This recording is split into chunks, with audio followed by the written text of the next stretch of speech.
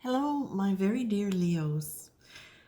I almost didn't pull cards for you today because the energy coming from the guides was so strong, but I have, and it certainly plays out with what I was feeling. So this is for the week of August 4th, and for those of you who are paying attention to any astrology, we have the Lionsgate portal, and it's coming to its peak on August 8th, which is this coming Friday. And this is a time when we're told that there is a lot of spiritual energy being projected onto the earth. And it's a very, very powerful time to be manifesting and creating. And we're being told also to be mindful of what we're focusing on, what our intentions are, and what our words are, because it is such a strongly powerful manifesting time. Now, obviously, it doesn't mean to say if you say one wrong thing or imagine one wrong thing that's going to go presto whammo, here it is. What it is saying to you is this whole week, culminating on the 8th, is a time during which, especially for Leo, it's a really relevant time to consider what it is you would like.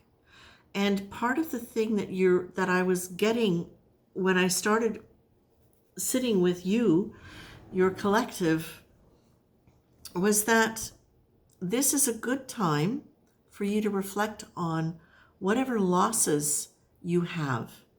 And when I say losses, it's not just a loved one that's gone or a job that you lost or things of that nature.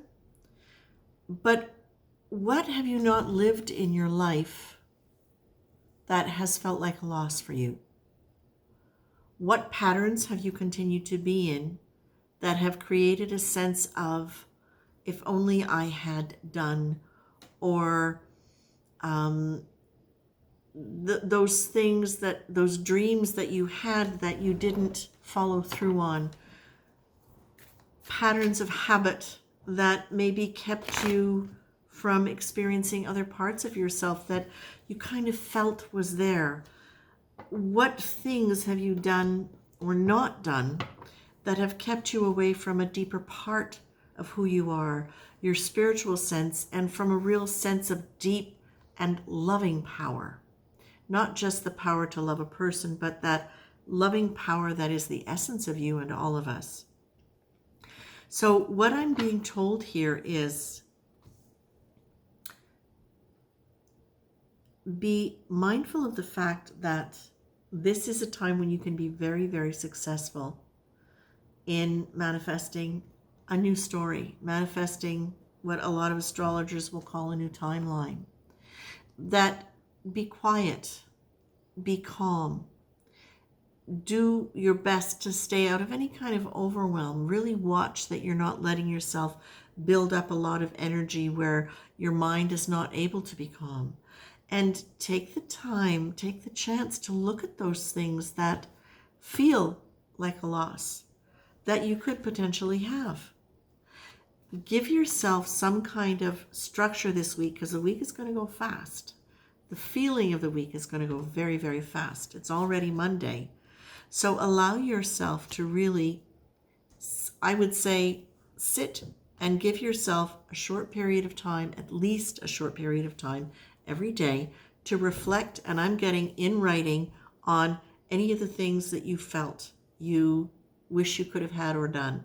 And you can start with, I wish I had, or I wish I didn't, or I wonder what would be the best, the most exciting, the most rewarding.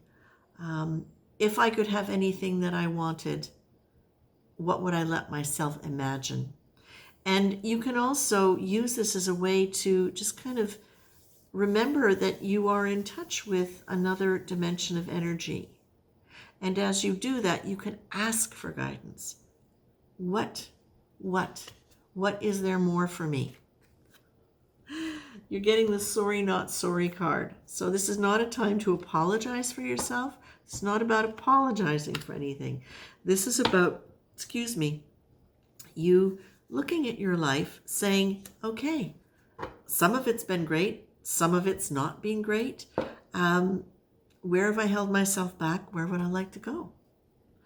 And realize that worry and overwhelm go together. So if you find yourself in this state of worry and overwhelm this week, we are in a Mercury retrograde period, and that can create the tendency to go into some rabbit holes emotionally, especially around communication.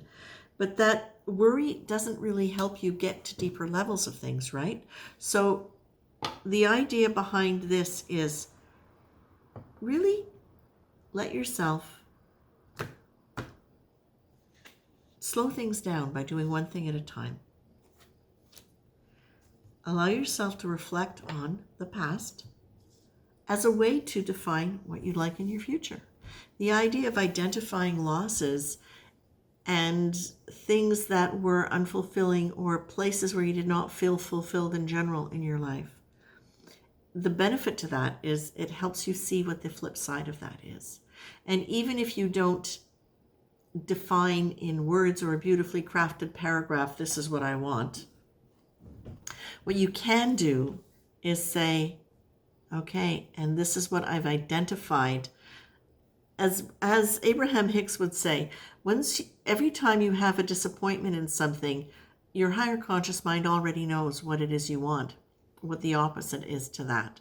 So that's the other thing that you can do is you can rest in that and you can say, you know what, for example, I've never really felt like I had somebody who loved me in a way where they had my back, and I really, really am sorry that I didn't have that kind of partnership yet. Well, guess what? That's what the universe is lining up for you. Maybe you still want that. Okay, and maybe you don't. Maybe you're sorry you didn't have it, but you don't still want it. But if you do, now's a good time to go, oh, and you know what? Abraham Hicks said that was already in my vortex. So now I'm going to let the portal open up and I'm going to let that energy come to me. And you can use that for any situation in your life. Okay? I'm going to leave you with that, Leo. I think this is a really good reflection time. It's a good manifestation time, but it's a good time for reflection in order to be able to shift whatever direction or into whatever direction you want to shift. And it might be about your personality. It might be that you want to be more peaceful or more passionate, more creative, whatever. You can use this as a time to reflect on that and get into the feeling of it and open up to the fact that whatever you didn't have that you want, now's the time to look at it and define, is it still what you want? Is it still what you desire? Maybe it's changed and morphed. And what would it be now under these new circumstances in your life? Okay? Take care, Leo.